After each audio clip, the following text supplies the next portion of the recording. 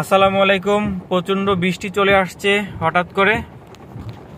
বৃষ্টির সাথে আসলে অনেক বাতাস, ঝড়। আপনারা দেখতেই পারতেছেন যে প্রচন্ড বাতাস চলে আসছে হঠাৎ করে। আর তার ভিতরে আসলে শিল পড়তেছে অনেক বড় বড়। আমার গাড়িটা আসলে রাস্তার ওই পাশে ছিল, অনেক বড় বড় শিল পড়ছে। আসলে যতটুকু সম্ভব আমি দূরত্ব গাড়িটা রাখছি অন্য জায়গায়, কারণ শিল, বড় বড় শিল পড়লে আকাশতে পড়ে। আপনারা জানেন এত বড় শিল আকাশতে পড়লে আসলে গ্লাসের উপরে পড়লে গ্লাস ভেঙে যাবে।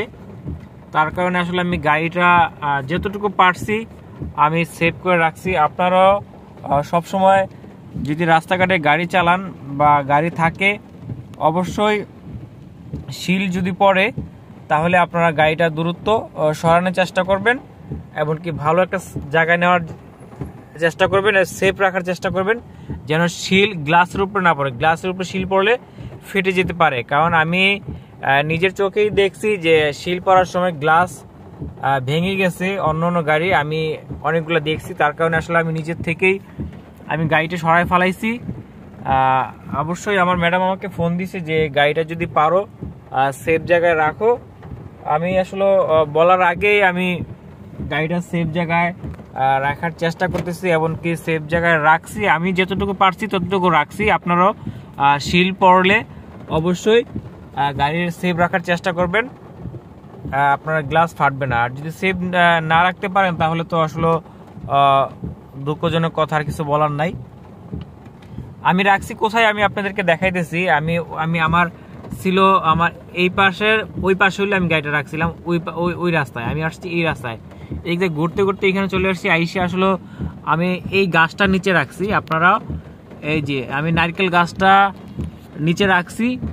আমি এর আগে যেখানে রাখছিলাম ওইখানেও নারকেল গাছ ছিল, কিন্তু ওইখানে ডাব ছিল, গাছ ছিল, আমি ওইখান থেকে সরাই ফেলাইছি। এইখানে আসলে দুইটা নারকেল গাছ আছে। আমি মনে করি এইখানে আমি সেভে আছি, কারণ এইখানে হলো দুইটা নারকেল গাছ আছে। দেখেন দুইটা আমার ছোট ছোট নারকেল গাছ। আসলে এইখানে যদি শিল পড়ে এই দুইটা গাছে আমাকে অনেকটা সেভ দিবে আর কি, অনেকটা ভালো রাখার, অনেকটা সেভ দিবে এই দুইটা গাছে। আপনারা দেখতে পাচ্ছেন যে এই গাছটা আসলে নারকেল নাই, আর এই পাশে আরেকটা আছে, পিছনে আরেকটা আছে। নারকেল গাছের যে পাতাগুলো আছে, পাতাগুলো আসলে শিল পড়ার থেকে আমার এই গাড়ির গ্লাসটা অনেকটা সেফ দিবে, অনেকটা ভালো রাখবে। আর আমি আসলে কি বলবো, আপনারা দেখেন প্রচন্ড ঝড় বৃষ্টি চলে আসছে। সবকিছু মিলে আমি আসলে গাড়িটা সেভে রাখার চেষ্টা করছি। আপনারা দেখতে পাচ্ছেন এখানে রাখছি। এই যে অন্য অন্য গাড়িও আসছে, দেখেন আসলে এই এই নারকেল গাছের নিচে রাখার জন্য চেষ্টা করতেছে।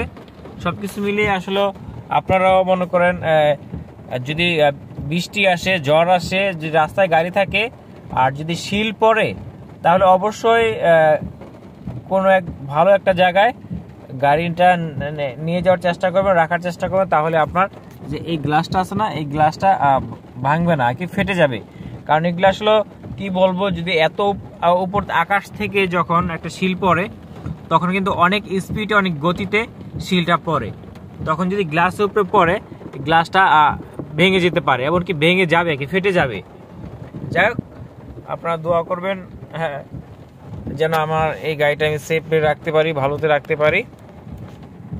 আমি একটু বসে আছি, কিছুক্ষণ পরেই আমি আমার ম্যাডামের মেয়েকে, ছেলেকে নিয়ে যাব বাসায়, কারণ বৃষ্টি আসছে, ঝড়ও আসছে। এখন হয়তো কিছুটা বাতাস কমছে, শিল পড়া কমছে দেখা যাচ্ছে, কিন্তু বাতাসটা কমতেছে না। আপনারা দেখেন এই যে বাতাসটা হচ্ছে, এই যে আপনারা দেখতে পাচ্ছেন যে কিরকম বাতাস, এই যে প্রচন্ড বাতাস হচ্ছে।